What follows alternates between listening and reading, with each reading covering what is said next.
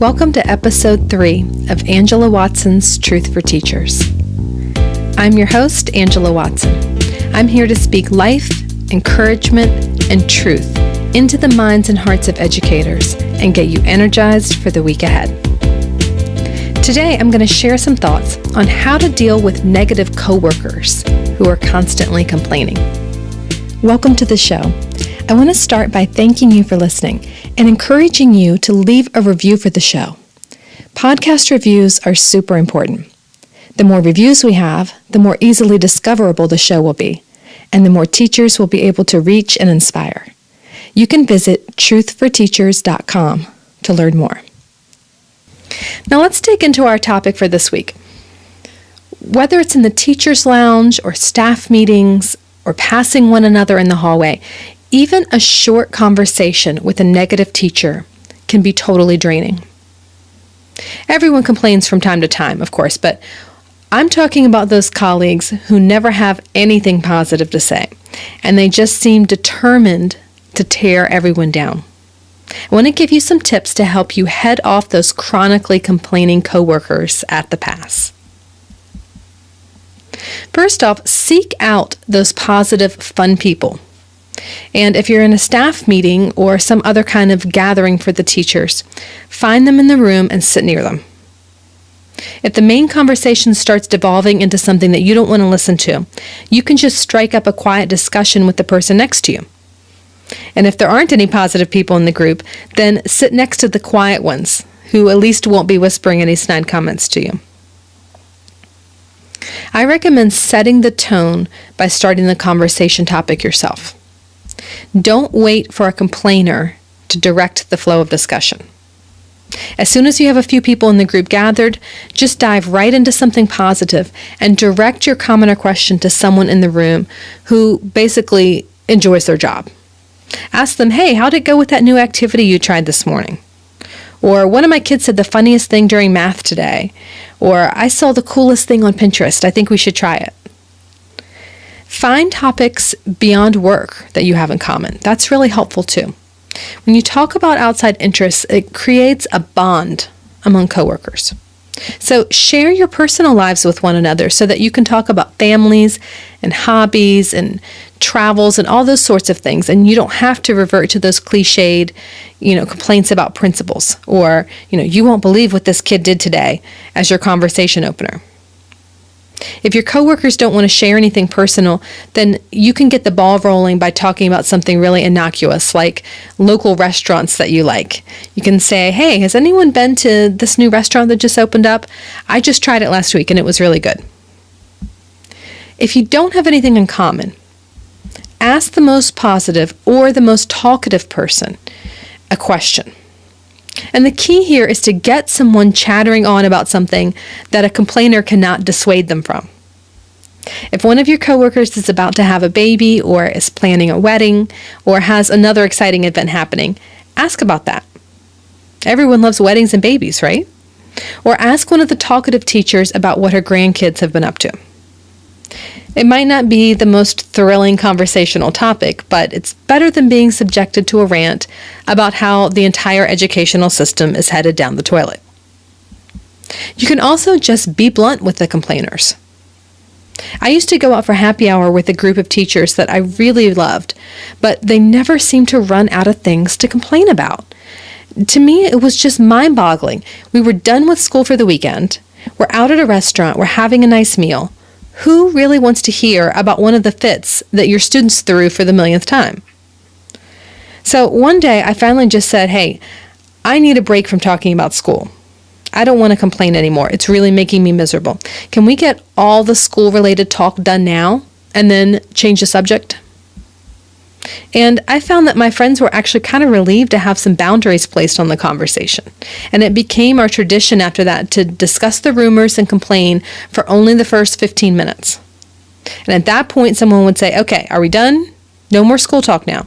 And it became like a game to catch each other accidentally talking about work. And we would tease each other about having to foot the bill for the table if too many slips were made. Another thing that you can do is refuse to comment on complaints. Just smile and nod and change the subject. You can also respond to complaints with something positive.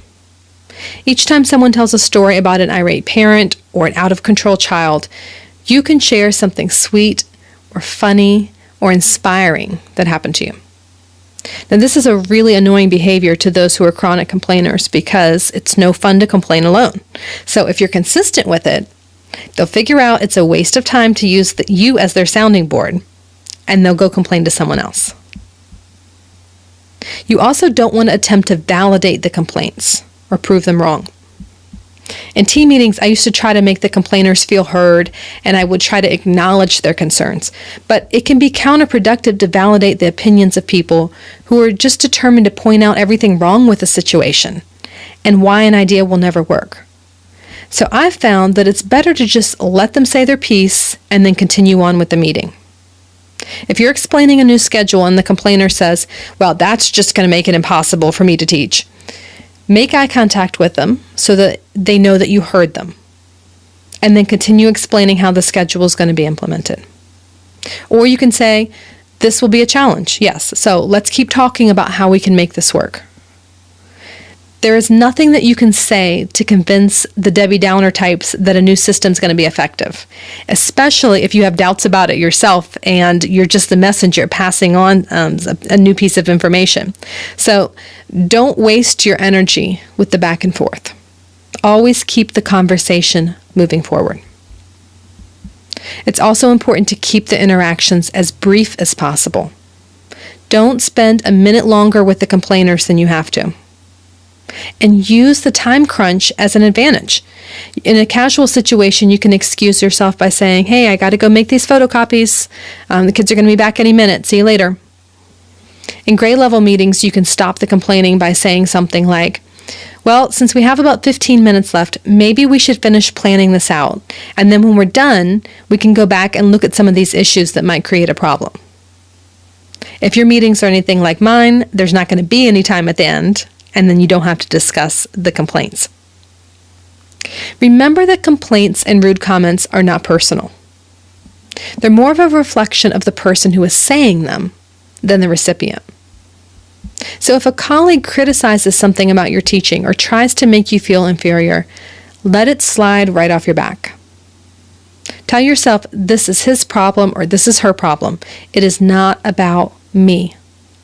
I refuse to allow someone who dislikes their job to make me dislike mine too. I'm not permitting those rude comments to take up any more space in my mind. I'm dismissing them, and I'm replacing them now with thoughts about something that went well in my classroom today. Stop thinking about the complainer, especially when you're not around him or her. It's very tempting to make jokes about the Debbie Downers and anticipate their response to change and, just generally give them more consideration than they deserve. Don't allow the complainers in your school to determine how things are done. Crowd out their negative energy by consistently talking about the good things that are happening and staying focused on your goals. Build a community of people who inspire and uplift you. A good support system starts by finding just one positive person in your school that you can seek out after a hard day. You can also create a personal learning network with teachers on social media and find support there. It's really important to have other educators that you can go to for advice without worrying that they're going to make you feel more discouraged than when the conversation started. So make it a priority to find like-minded teachers. Find people who can prevent you from complaining and help you problem solve constructively. I'd like to leave you with a motivational quote for the week that I call the takeaway truth. This week's quote is from Steve Maraboli, who says, "Let go of the people who dull your shine, poison your spirit, and bring you drama. Cancel your subscription to their issues." Thanks for listening. Have a fantastic week. You can do this. And remember, it's not going to be easy. It's going to be worth it.